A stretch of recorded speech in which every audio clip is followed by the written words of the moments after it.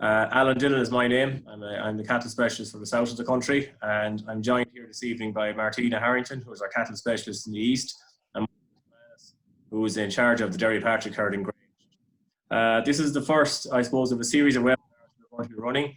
It'll be run every fortnight, alternating between beef and sheep. So in 2 weeks' time, on the 27th of May, we're going to have a sheep webinar, followed on 2 weeks later on 10th of June by a beef webinar again.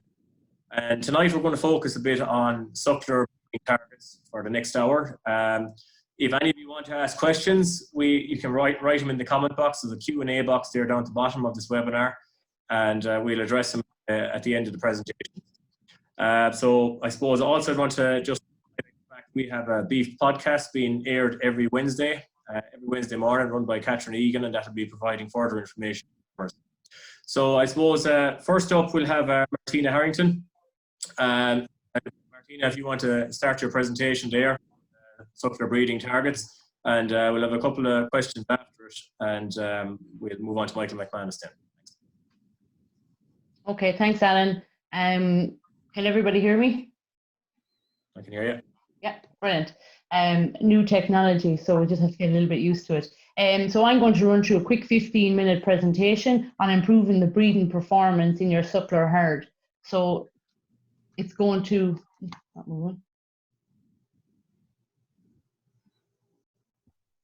so we're going to be looking at what the targets are, the benefits of meeting those targets, and how do we actually achieve those targets.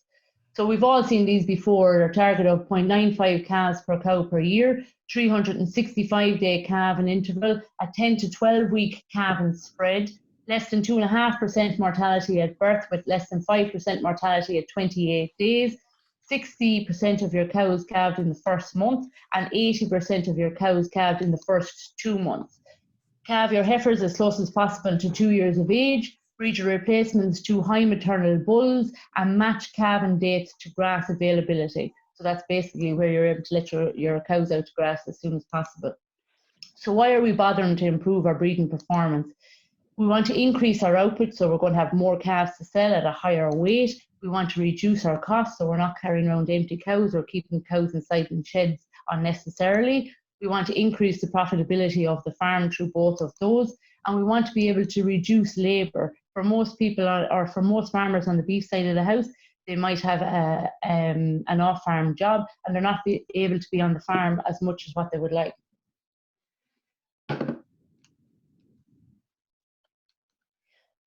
So one such example is the compact calving, and if we look at that measure, you have an even bunch of stock for easier management, so you're able to dehorn, worm, vaccinate, wean your calves in bigger bunches, which reduces the amount of work you have to carry out. There's less risk of disease, so if you're calving in a tighter pattern, there's not a build-up of disease inside in the shed, you're going to get better weight gains in your cattle. You have fewer grazing groups going to grass, so you're going to have better grassland management and better performance. You'll have more uniform bunch of cattle when you go to sell them. You'll also have heavier, more fertile cattle at heifers at bulling, which we'll talk about later. And calves born earlier are going to be heavier at weaning. And we're just going to go through a quick example of this to demonstrate it. So if we're talking about calving down cows from the 1st of February, in February, they're 245 days from when that cow calves down to when you're actually going to wean that calf if it's around the first week in October. So if we say that animal is gaining 1.1 kilos a day and has a birth weight of 45, on that 245 days, it'll have gained 310 kilos at weaning. We come down to the very other end of that and we have cows calving down, we'll say in April or May, there's only 161 days that animal has to gain weight. So it's only 217 kilos when you're weaning them. So if you were going to sell that animal, there's 93 kilos in the difference. And if you were to call it, we'll say €2 a kilo, if you're selling that animal, that's worth 186 euros a head to you simply for that animal. And I suppose the other side of it, if we're looking at it in an Irish context, if we're calving down cows and they're not calving down to April, the chances are they're still inside in the shed and they're being fed as expensive silage rather than out in grass and grazing. So to achieve all these targets above, you need to have a plan. And the first part of your plan is to have a start date. So when are you actually going to put in your bull to start your cows calving? So if we look at just the table here, you're looking at, if you put in your bull on the 1st of May, you're going to have your cows starting to calve on the 7th of February. So you have to look at that and say, well, when am I actually going to be able to get out to grass? So if I'm going to be heading out to grass on, we'll say, Valentine's Day, I'd like to be calving those first 2 weeks of February, well, then you're talking about putting in your bull around now. If you're not going to be out, we'll say, till Patrick's Day, the 17th of March, well, then you're looking at trying to calve your cows down in the first 2 weeks of March. So you'll be looking at going in at the end of April or the first week of June. So it's just about matching that date. And then we're looking at having an end date. So if we want to have a compact calving and we only want to be calving over 8, 10, 12 weeks, you need to take your bull out after that 8, 10, 12 weeks. So you hear a lot of farmers saying, when we look at our reports, they might be calving maybe over 6 months. So they're not going to be able to achieve that target in 1 year. But as long as you put in a plan in place. So if we look at this farmer here, if he takes out his bull this year on the 1st of August, will mean he'll have no calves being born on his farm after the 11th of May. If we pull it back then next year by another 2 weeks and we take out the bull, we'll have no calves born at all in May. And then you can so on and so on. So you can pull it back every year. And you can also implement some of the factors that we have later on as well. So you need to put a plan in place. If you want to compact your calving, you need to put a plan in place for what late calvers that you have there. And you can already identify those. Have a look on your ICBF reports and see what are the consistent offenders, that they're always, their calving dates have been extending and extending over the last couple of years. So you could simply just go and cull those animals. But the one thing you have to be aware of this year is your BDGP requirement. And that requirement is coming up on the 31st of October this year, when you have to have 50% of your reference number of animals, females, genotyped 4 and 5 stars. So you need to be checking your reports on ICBF to make sure that if you are culling cows and some of them are 4 and 5 star, that they're not going to affect that scheme. So if you just look at the next diagram down here, it's the breeding cycle of the cow. And if we understand this, then we can manipulate it.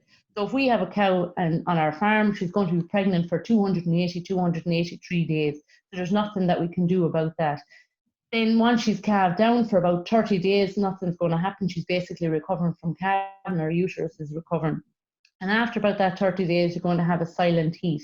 But then 14 or 15 days after that, you're going to have your first actual heat. So that's when you're the first chance that you're going to get to put that cow in calf. So the next chance will be 21 days later. So what we want to do is we want to ensure that this 55 days stays there. We don't want it heading into 65 or 75 days, which is going to reduce our chances of getting that cow and calf within the 365 days. So what is that 55 days dependent on? Firstly, it's dependent on the body condition score of the cow. You want to have your cow at least 2.5 BCS when she's going to the bull. Now, most of this is dependent on what body condition score she was at calving. There's nothing we can do about that now, but for in an Irish context, it's unlikely that you're going to have very thin cows unless you're talking about heifers maybe, or first crosses off the dairy herd. The chances are what we're going to have here is more maybe over fat cows, and we can talk about that later.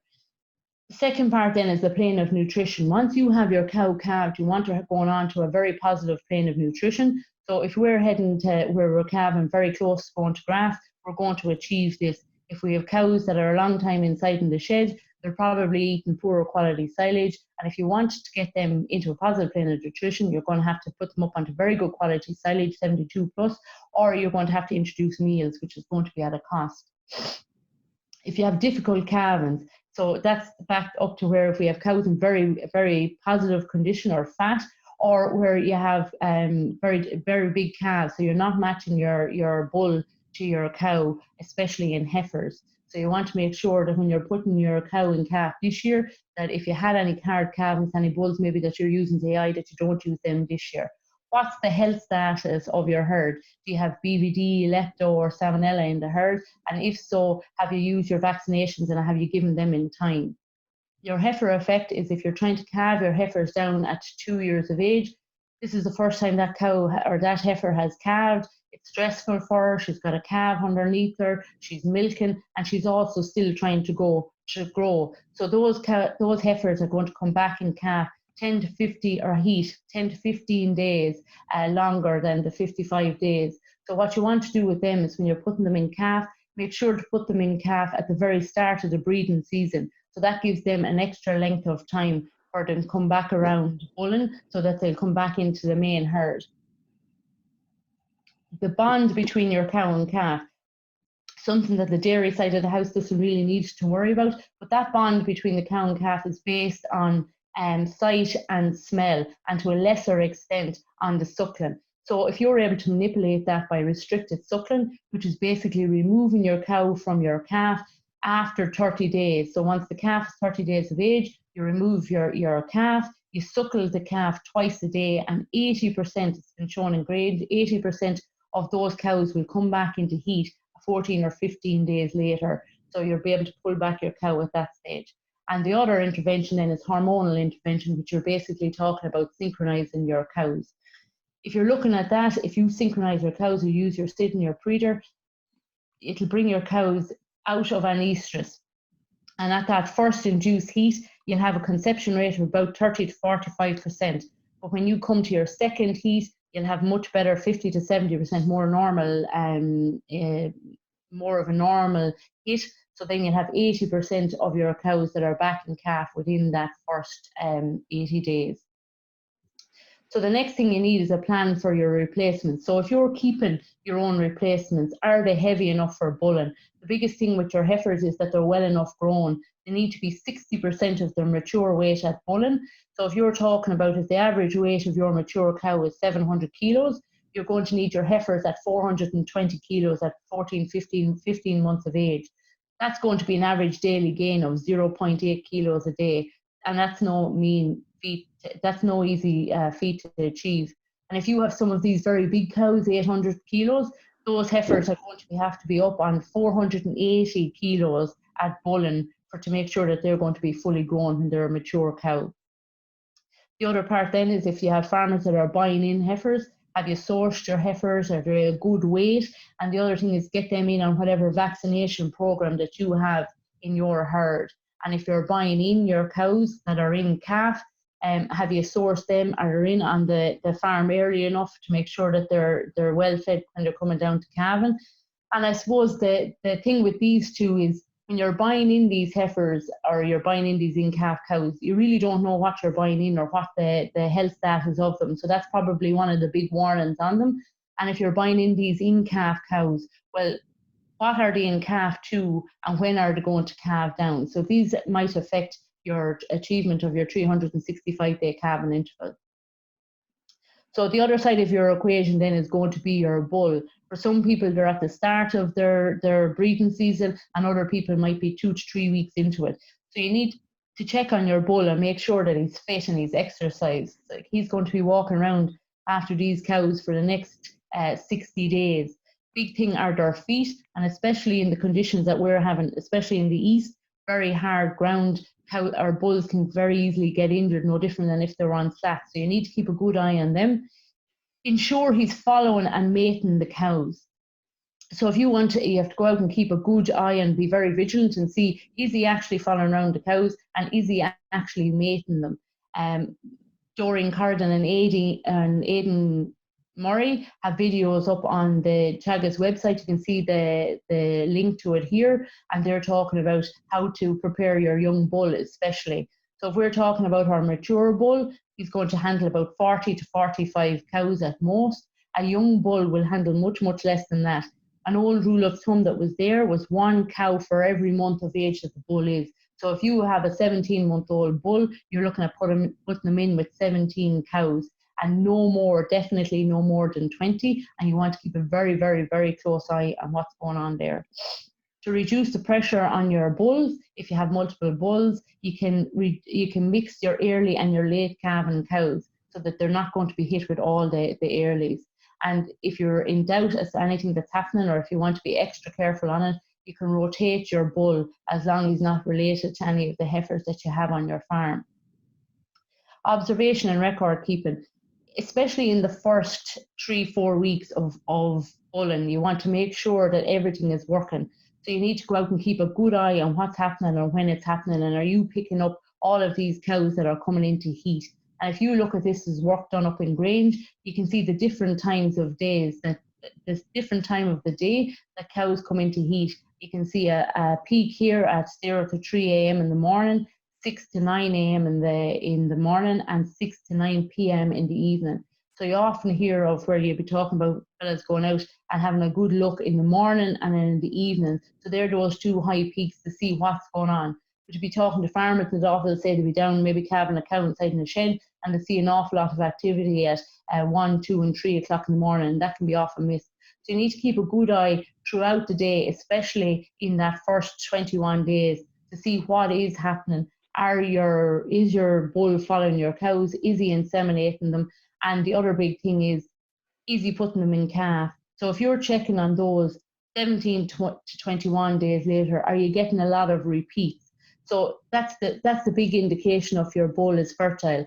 4% of bulls are said to be infertile, where 25% of the bulls are said to be subfertile.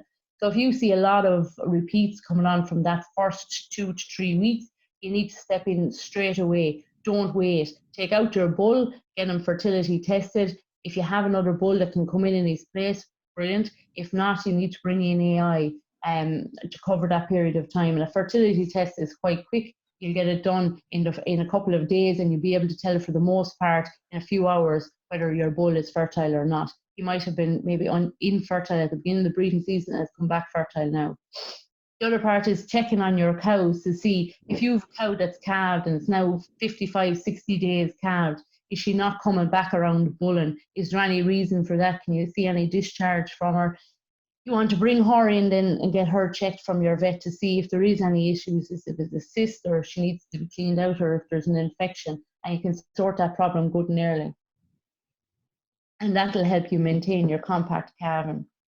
For farmers maybe that aren't there as much as what they would like to be, you can use aids such as tail paints and scratch cards to see is there much activity going on during the day when you're not there. I suppose one of the big things that's often forgotten about when we're talking about bulls and breeding seasons is the man himself. Like, so if you're going out into these fields with bulls and heifers, and if you're doing AI and bringing in cows and calves, you really do need to make sure that you're safe. So if you're looking at it, some of these cows are going to have young calves. So always bring a Jeep or a tractor or whatever that you're able to get away from these cows, or that somebody knows where you are, and always have your mobile phone. And AI is the last slide we're going to put up here. Very obvious advantages to AI. You're going to be getting the highest genetics in the country. There's very high reliabilities, especially if you're going to be using them on young heifers. You'll be able to say, well, this bull is easy calving, and there's a 90% reliability to that figure. But heat detection is going to be the big problem here, and getting maybe your cows in. So there's a couple of aids then. There's the vasectomized bull, which has been used up in Grange, and Michael will go into it later. So with the chin ball, anybody that's using them find them brilliant. Tail paints and scratch cards that you can put onto the cows, you can see them there. And the other one is your heat detection collars. An expensive piece of equipment, but they've been used under the old Better Farm program, the Teagasc Irish Farmers Journal Better Farm program, and farmers that use them found them brilliant. 1,500 euros for the collar and 50 tags, and your 300 euros then is what you're looking at for maintenance throughout the year. So what we're looking at here is your beef calving statistics report from ICBF, and this farmer here is 366-day calving, 1.30 calves per cow per year. 100% of his calves are being calved down at 2 years of age, and 86% of the cows are calving down in the first 6 weeks. And he has 73 calves born in that year. So you want to be on this side here rather than where this person is 410-day calving interval, 0.74 calves per cow per year. None of the heifers been calved at 2 years of age, and only 43%. So you can see there, it is possible to achieve here. You just need to set a plan in place. Thank you.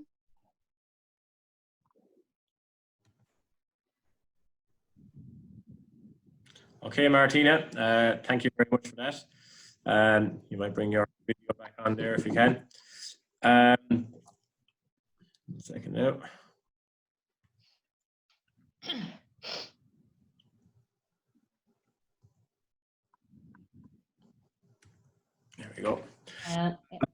just a few questions, Martina, about what we've done so far.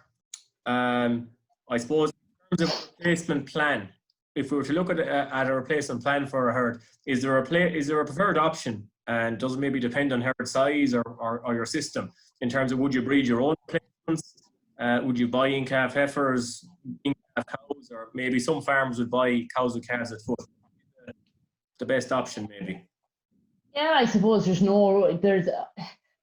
preferred options, I suppose, and from a biosecurity point of view and knowing what you're actually what you're doing or what you're bringing into your herd, you'd love to breed your own. Like, you know, you're able to use the best genetics there. You know what you have. You're able to breed from your better cows. But I suppose for smaller herds, they might only have room for one bull, and they'd have a very good maybe terminal bull, and they'll be buying in replacement heifers, or they'll be buying in the cows in calf. But like anything, you're taking a risk with those. But, you know, if you're able to buy maybe from the ones that are producing those cows, there's no one, but yeah.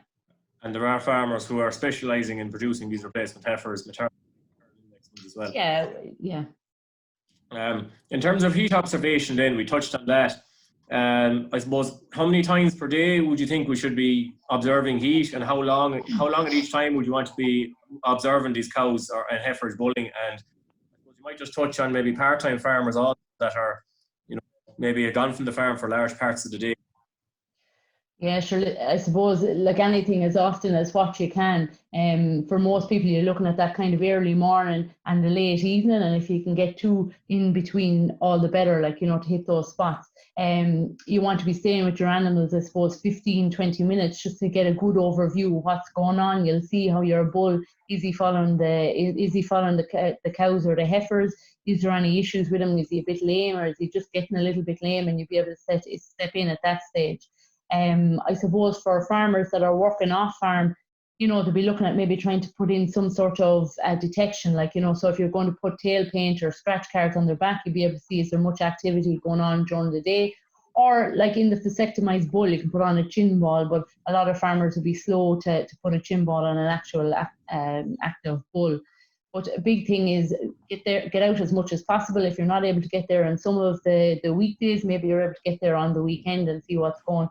But keep marking them down, especially in that first 3 weeks. Make sure you see what the bull is inseminating, you mark them down, and you keep a record of that for the next 17 to 21 days and see if there's any issues. Okay. Just while I'm on it here, we have the Q&A tab down the bottom of the screen there.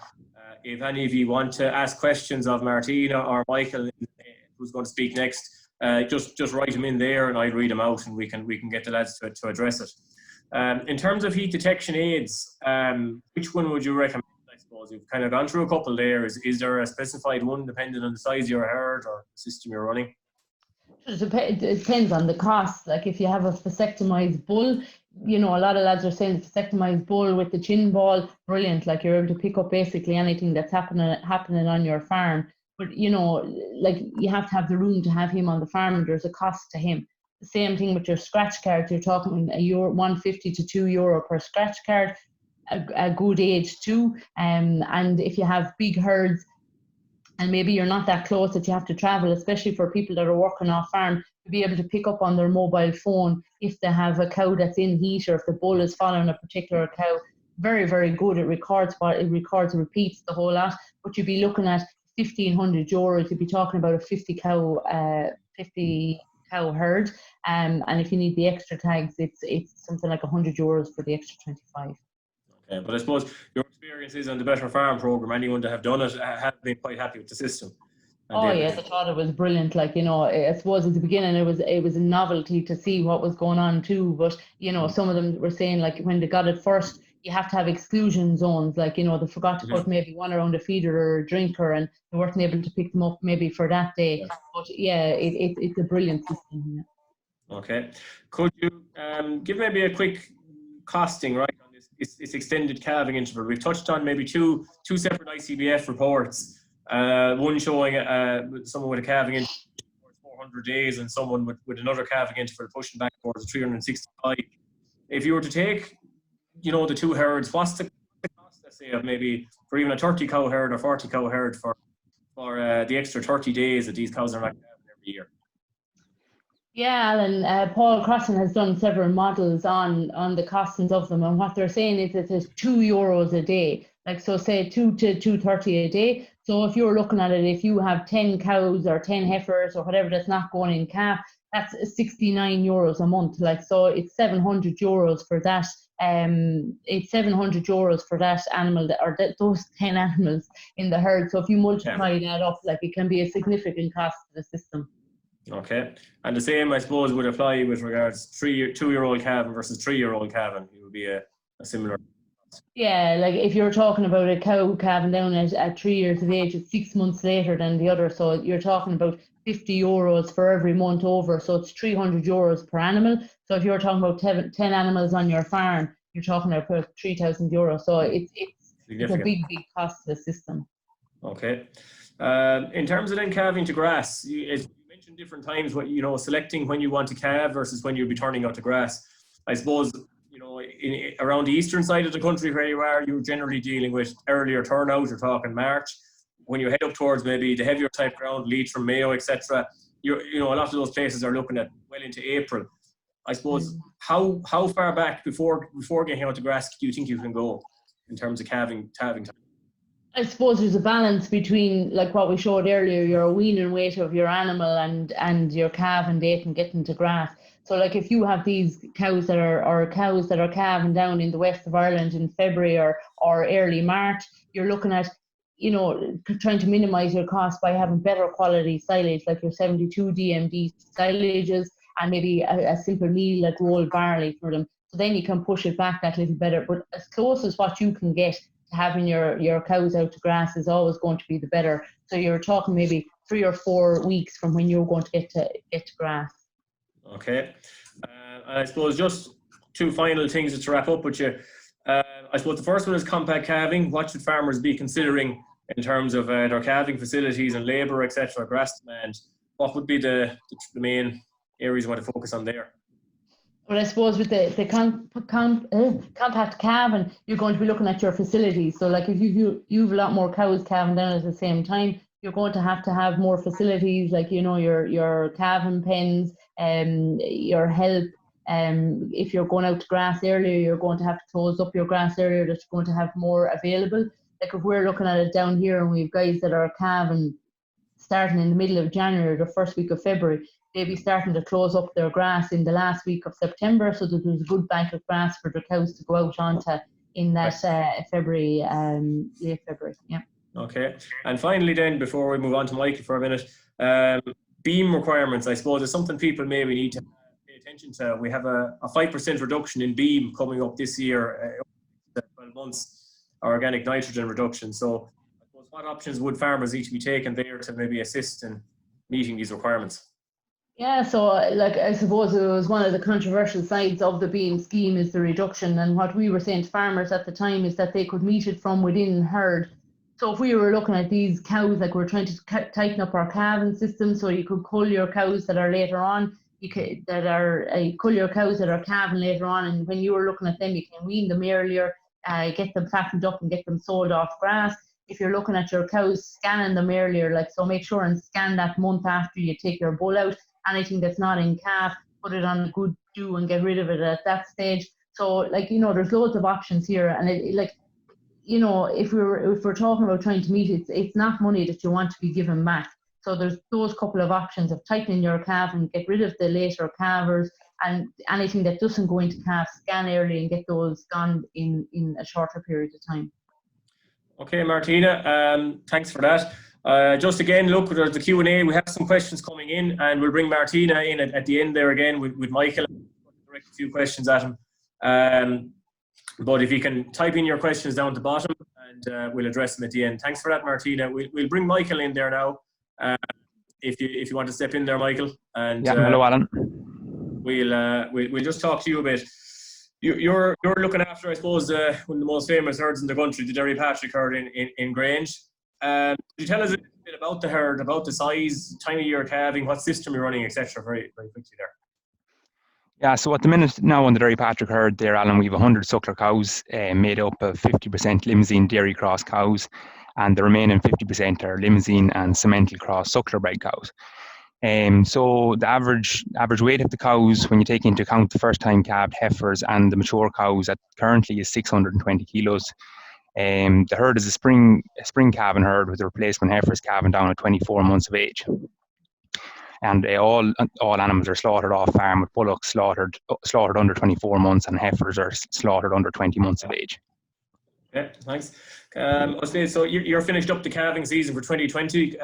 You might just give us a quick analysis of it. How did it go? When did it start? And how regards mortality, etc., or any sickness? Yeah, so we're quite happy how the calving season went very well this year. It started on the 14th of February and ended on the 4th of May. We calved down 105 cows. We had 110 live calves on the ground. We had 9 sets of twins this year and lost 4 calves in total. So of that 110 calves, we had 71 were bull calves and 39 were heifers. And the average birth weight overall was 43.5 kilos. The calving season lasted for about 11 weeks. We had quite a tight calving spread, with 84% of the cows and heifers calving in the first 6 weeks and 95% calved in the first 9 weeks. The average calf birth date was the 10th of March, and we turned out the first cows and calves on the 23rd of March. And so as Martina said earlier, we were trying to match our calving date with when we expect to get cows and calves out to grass. So in regard, let's say, with the level of intervention with cows, out of the 105, 66 cows calved unassisted, 34 required some assistance, and then 6 required veterinary intervention. 2 of them were cesarean sections, and then the other 4 were for malpresentation. So we were just unable to calve them. Yeah. Okay. So an interesting statistic, I suppose, a huge number of bulls this year, 70-30 split with bulls and heifers in the herd. That's probably unprecedented up there, is it? Hear me, Michael? Hello? Yeah, exactly. Yeah, a lot of bull calves. But look at yeah, Alan. Can you hear me now? Okay. Yes, Alan, I can hear you there now. All right. I suppose, can you tell us about what bulls did you Alan? use in 2020? I can hear you there, yeah, no. Yeah, so a lot of bull. What bulls did you use, Michael? So sorry, no, Alan. Sorry, Alan. Yeah, so the connection is bad. So as part of our ongoing breeding trial, we're continuing to use 100% AI. We're using 16 different bulls, using total over 4 breed types. So the cows are served to Limousin Simmental and Charolais, and the heifers are receiving Angus bulls. So the cows are served to Limousin Simmental and Charolais, and the heifers received Angus bulls. Some of the bulls which some people listening might know. So, for example, some of the Charolais bulls we're using is Fiston and CH2218. And the Charolais are just some of the Charolais bulls. Some of the Limousin bulls, there's, for example, a Dove bull LM 2014, and then Elite Ice Cream bull LM 2206, bull from Progressive Genetics. And some of the Simmental bulls are QCD and CQA. So they're just some of the bulls that are using the mature cows. Okay, and what are your criteria when selecting bulls? So the current criteria has to match is set for the ongoing experiment, which is comparing the performance of the progeny of sires, divergent maternal traits. In other words, we want to see if there is a difference in performance of the calves right through to beef, including carcass traits from sires which are high or low replacement index. So, for example, teams of high and low replacement index bulls were used in 2019 breeding season with an average replacement index 151 and 91 respectively. Some of the criteria which the bulls have to meet would be that have to have a greater reliability than 80%, 5-star within breeds, and 4-star across breeds. And then also maximum calving difficulty will have to be 8%. Okay, and for heifers then? Yeah, so it's relatively similar for the heifers. So one of the main things is that for the heifers is less than 8% calving difficulty on the beef index, the beef heifer index, and calving difficulty. That's the main thing, is less than 8. So it's also very important that when the heifers are calving, we calving down the heifers are 2 years of age. They haven't reached their mature body weight, that we don't give them too hard of a calving bull early on. Some of the other criteria similar to the cows, is that the bulls are 5-star within the breeds and 4-star across the breed with 80% reliability, same as the cows, as I was saying. But as I was saying though, the heifers all are AI to Angus bulls. Okay. Could you tell us a bit about your protocol for heat detection? Say how many times a day would you observe cows? What heat detection aids do you use? Yeah, so the breeding started there on the 4th of May last. So we're on our 9th day of breeding today. So 53 cows and heifers submitted, so which is, I think, is around 46% submitted so far. The cows and heifers there's 4 groups of breeding animals, so three groups of cows and calves and a group of heifers. Each group has its own teaser bull, which is a chin ball attached.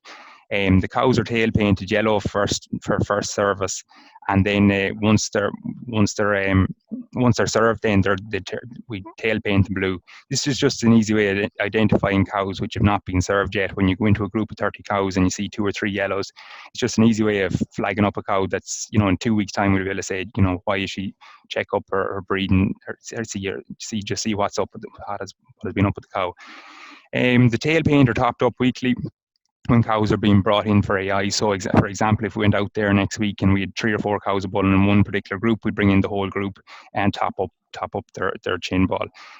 So the cows are also checked 4 times a day from 7 in the morning to 8 in the evening. As Martina was saying, a lot of the activities between 7 and 9 in the morning and 6 and 8 in the evening. So they're critical times to see the cows. I know obviously it's not always easy to see them that amount of times, but it's working well for ourselves here. So we're using the AM and PM rules. So the cows that are seen bulling in the morning are served in the evening, and the cows seen bulling in the evening are served in the morning. This is working well, so all the paddocks have an easy access to the handling facilities. So another aid we're also using there is we pre-scanned all the cows and heifers before the breeding season this year.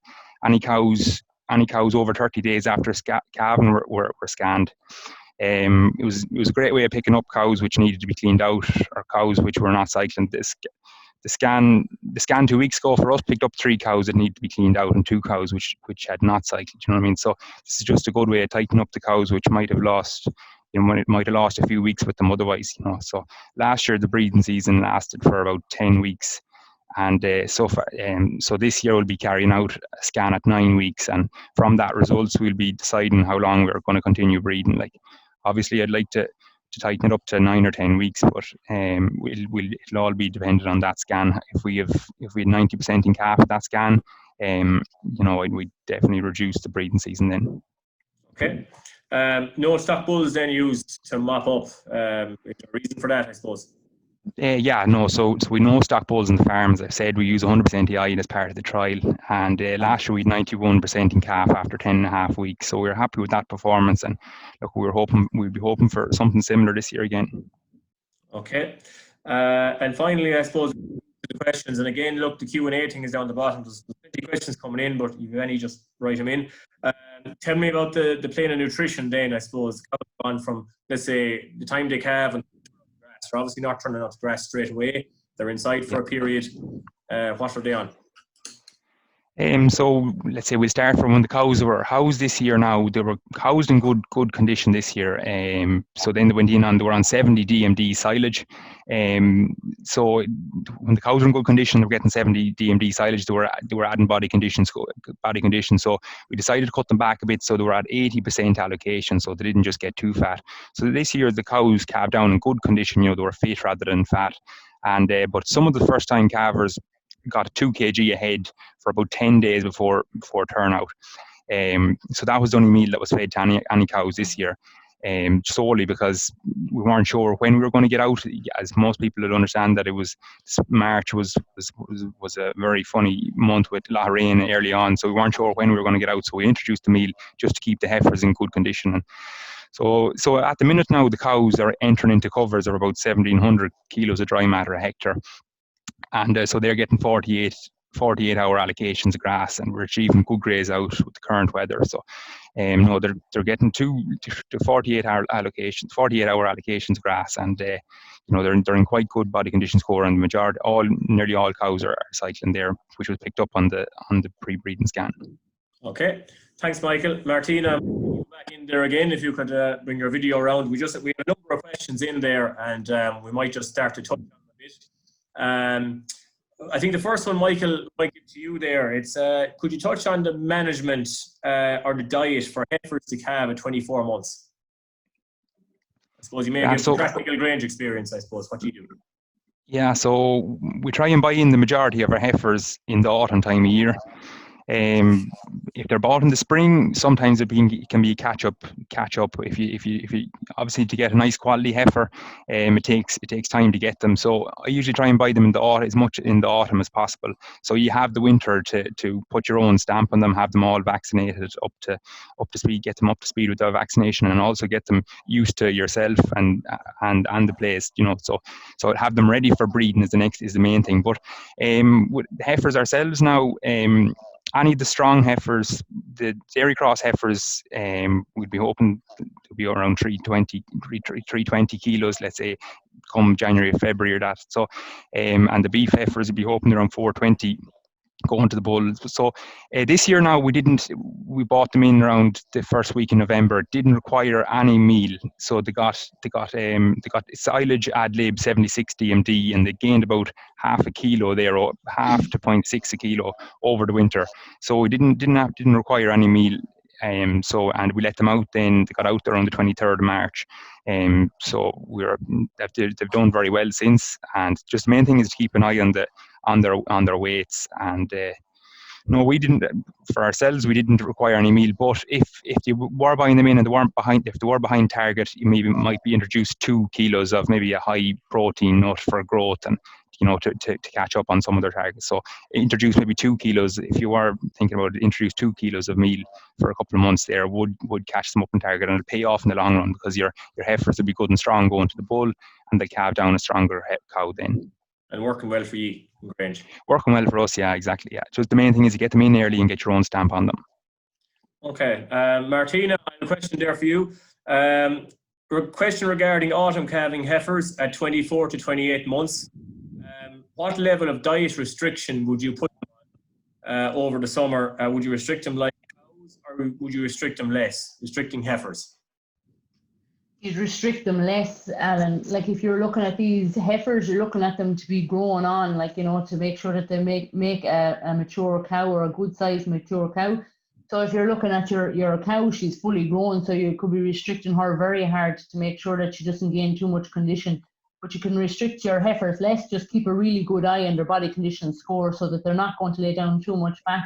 Like if you start seeing them lay down an awful lot of fat, you'll have to restrict them that little bit more. So just keep a really good eye on their body condition, but not as strict as cows. They're as strict as your cows, because they're still growing. Okay. Another one maybe back for you there, Michael. I suppose an on-farm thing. With the AM PM rule, if you see a heifer or cow bulling at 1 p.m. or 2 p.m. in the day, would you inseminate her late in the evening or the following morning? And where's the cutoff point? Yeah, so I suppose that's the big question. Yeah, so we'll usually, that one we'd bull her in the evening, late in the evening, maybe between 8 and 9 o'clock in the evening, and then she would go back to her paddock late that evening. And if she's observed again still bulling in the morning or still showing signs of heat, we might bring her in and put another, bull her again. That's just what we do here ourselves. So she'd usually be inseminated in the evening, and if there's any extra activity, she should be inseminated again the next morning. Okay. Martina, I'll go back to you there. It's more about synchronization. Question would be, would you recommend using maybe an 8-day cedar program on all cows calved 40 days plus as a means of maximizing AI usage and compacting the calving? Would you recommend kind of almost blanket usage of it? On all the cows, no. Like if we're looking at, I suppose, the suckler cow system, it's quite a tight margin in it already. So you wouldn't be looking at using it on all of them. But you could look at using them maybe on what was going to be a lot later calving, or the later calving cows, or maybe ones that had a hard calving. You could say, well, okay, I might try her and try pull her back a little bit. But it's 25 to 35 euros per cow before you ever put in the straw. So it's adding an expense to it, and probably unnecessary. Like unless you have an actual problem within your herd, But then I suppose you'd have a certain number of farmers maybe that are working off farm and they want to use AI, and they might be looking at maybe using fixed time AI, and maybe in that situation, but for the most part, no. Okay. Michael, we've one for you there on the Derrypatrick herd.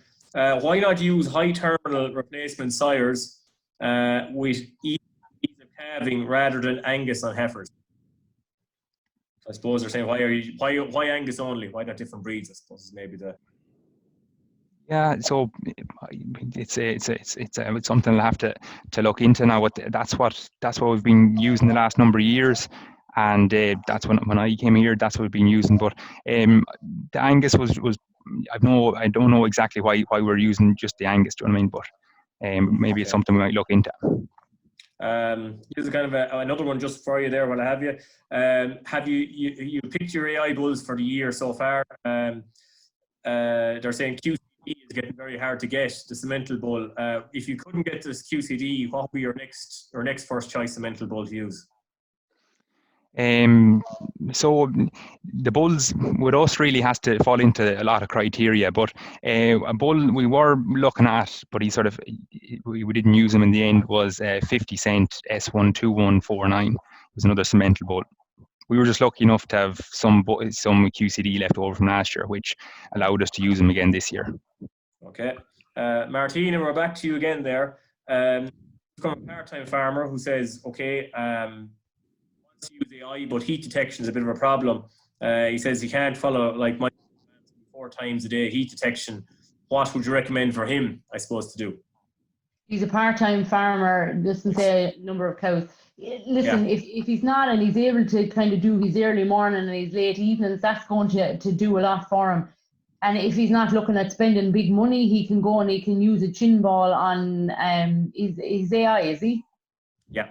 He's a chin ball on a vasectomized bull, excellent choice. Or else he can look at using scratch cards or tail paints, and that'll be able to see what activity or what cows are after being mounted during the day.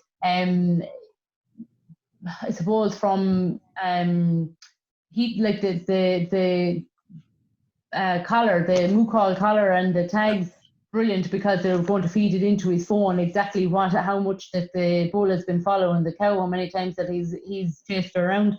So like that's ideal. But again, you're looking at big money. But if you want to invest the money, it'll last over a number of years. But €1,500 what you're looking at for the collar and the tags, and then €200 on every year. But the lads that have used it have found it brilliant. But your vasectomized bull with your chin ball is equally as good. Okay. Mike, for you, what is the average weight of your third lactation cows currently? There's a specific one, but you might have it. Sorry, Alan? There's someone wants to know the weight of your third lactation cows. I suppose your more early mature cows, I suppose we call them. Yeah, so I think I'm not sure, let's say, it wouldn't be able to put an exact answer on the third lactation cows, but we'll say the mature cows would be average somewhere around 660, 670 kilos there. Okay, so that. Martina, someone wants to know any comments about calving grass. I suppose the question is maybe any things to watch out for when you're calving cows at grass, calving them in the shed. Oh, I suppose the safety is probably one of the first things that's come into your head if you're going to calve down a cow outside. Is she quiet or whatever? Other than that, it's keeping them restricted. Like, if you have all of your cows at grass, it's no different than the autumn calving, is to make sure that they're restricted coming up to calving, that they're not in too good of condition. You don't see their body condition score increasing. Other than that, no. Your minerals, I suppose, are you making sure to get in pre-calving minerals into those cows when they're out at grass? It's very simple to get them in on silage inside, and maybe it's something that will be quite often forgotten about when your cows are outside.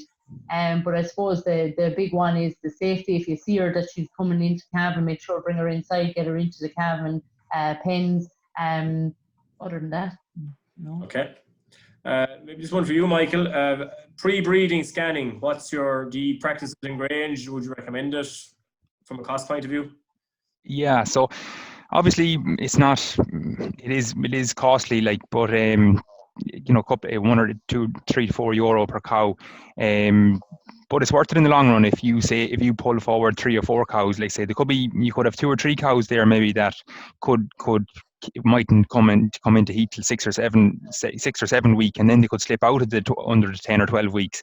So if you save 1 or 2 cows, it's maybe worth it in the long run. It also, as I was saying earlier, it picked up 3 cows that need to be washed out, and we had 2 or 3 cows that weren't cycling. So I think it's worth it in the long run. I also have a list now of cows, when roughly to expect them, inside what date, or cows that were in heat on the day of the scan as well. So I have some sort of a record of where the cows are at. Do you know what I mean? So it works well here. From a cost point of view, I suppose if you save, as I said, if you save a few cows from falling outside the 10 weeks, it'll be worth it in the long run. Okay. Maybe Martina, will go to you for the next one there. Cows are out at the minute on good grass, okay, running with the bull, putting on good condition. Any danger inhibit, I suppose, them coming in heat? I presume they mean from increased levels in the grass, I suppose. Is there any danger with that? Sorry, Alan, I didn't hear that. Any issue with, I suppose, cows running at grass, putting on good condition, increased levels? Any problems with them coming in heat on such a high plane of nutrition? Not to the best of my knowledge, Alan. Usually it's the opposite. It's trying to get these cows out onto fairly good grass. I don't think so, Alan, no. Okay. And Martina, I'll keep you for this one there as well. I suppose for a high replacement index cow, calf to grass in the spring, everything done right, good grass, no meal. What would you think would be the target daily weight gain up to 200 days for bulls and heifers on average? So I suppose our beef weighing the target, I suppose, what you call it. Yeah, listen, from a lot of the herds that we've seen that they would have been using high maternal bulls over the last number of years, they're getting their cows in calf, they're calving down early, they're on good grass and management. You'd easily see heifers doing 1.2, 1.3, and you could see bulls doing 1.4. So once you have, some people have the impression that if you're using a lot of replacement or maternal bulls that you're not going to get the same, but it's the fact that you have a good cow with lots of milk, and if you're doing the grass and management right, you'll get excellent weight gains. Okay. What did you achieve, Michael, in Derrypatrick, actually, on the same question? Average. So I think you averaged somewhere around 1.18. Yeah, average between bulls and heifers. So the bulls would have been up to 1.24, 1.24, and the heifers maybe down to 1.16. Okay. I suppose that's kind of that's nearly it. I think that's most of the questions we've gone through. One last question, Michael, actually for you there. Just you might just comment on the system. One guy wants to know here: are males killed as bulls, or are they castrated? And if they're castrated, what age do you do it at? So that's a castration question, Alan. Sorry, I missed the beginning of it. You're in a steer system basically there now, aren't you? Yeah. Yes, we are. Yeah. Okay, and what age are you castrated at? You might just go through castration first. So the bullocks are everything is bullocks on the. I mean, everything's castrated on the farm. So under 6 months of age, we'll be talking around mid-August. We usually castrate the bull calves. Solely because they're still with the cows and it reduces their stress levels. Do you know what I mean? So I find it good. They're still with the cows. They still have access to good fresh grass and milk, and it doesn't affect their. We find it doesn't affect their thrive, and also the reduced amount of pneumonia. Now, obviously, it doesn't suit all farmers if you're going to the live sale with them. You obviously wouldn't suit to castrate them that early on. But when we're going to 24 months of age, we can reduce the stress level on the calf and reduce the pneumonia level or the potential outbreak of pneumonia by being stressed. I find August is working well for us now, but it works well for us. It mightn't suit all farmers. Okay, I suppose one that's probably close to the bone at the minute there. The net profit from the Patrick herd last year. What was it per hectare? Yes. So we haven't finalised the Derrypatrick profit monitor for 2019 as of yet. But I suspect it's up from 2018 due to the drought in 2018, but it'll average somewhere around 8 or net gross margin of €800 or €900. So about net of about probably 300 or thereabouts, net profit. Give or take, yeah, exactly. No, the details will be finalised there soon. Right, okay, no problem. And one last question for you, Michael. What are you paying for replacement heifers this year? Sorry, Alan? What are you paying for replacement heifers this year per kilo? Per kilo, I just don't, off the top of my head per kilo, but we 28 heifers came in this year. Let's say in 2019, they came in averaging €910. Yeah, so that's what they're in at. Pardon? Okay. Look, I think that's more or less what we have in terms of questions, and we're just coming up to the hour mark. All this will be available online. So a few people have been asking, can they get access to Martina's slides, etc. This link and this video will be available on the Teagasc website. If anyone wants to click into it, it'll be up probably tomorrow, and you can just log in yourself and go through it again. So thanks again. We'll have another webinar on sheep in 2 weeks' time, and we'll be back doing beef again on the 10th of June. So hope to see you again at the same time. Thanks very much. Thank you.